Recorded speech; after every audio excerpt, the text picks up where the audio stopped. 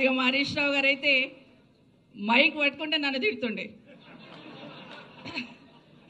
మాకు home minister ఇచ్చున్నారు, నెత్తి మీద టోపీ లేదు, చేతిలో లాఠీ లేదు అని తిడుతుండేమో అంటే మళ్ళీ లోపలికి వచ్చి చక్క ఎట్లన్నా కానీ ఇట్లా ఉద్యమం నడిపిస్తున్నాం చూడు, జర చూసుకో అని చెప్తుండే నాకు.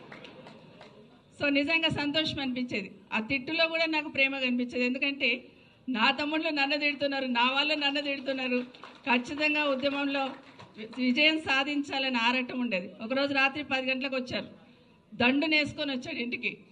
సరే వచ్చాడు కదా, లోపలికి వచ్చి కొంచెం కాఫీ తాగి లంచ్ టైం డిన్నర్ టైంకి వచ్చిన భోజనం చేస్తాము అంటేను, లేదక్క నా భోజనం తెచ్చుకున్న గేట్ కాడ కూర్చొని తింటా ఈరోజు నా నిరసన అన్నాడు.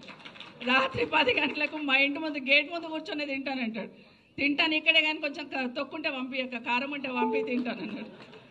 సో అట్లా ఉద్యమం నడుస్తున్నప్పుడు కూడా అనుబంధాలు ఒక్కొక్క సంఘటన గుర్తు చేసుకుంటే ప్రతి సంఘటనను కూడా ఉద్యమానికి అనుకూలంగా మర్చుకున్నారు కేసీఆర్.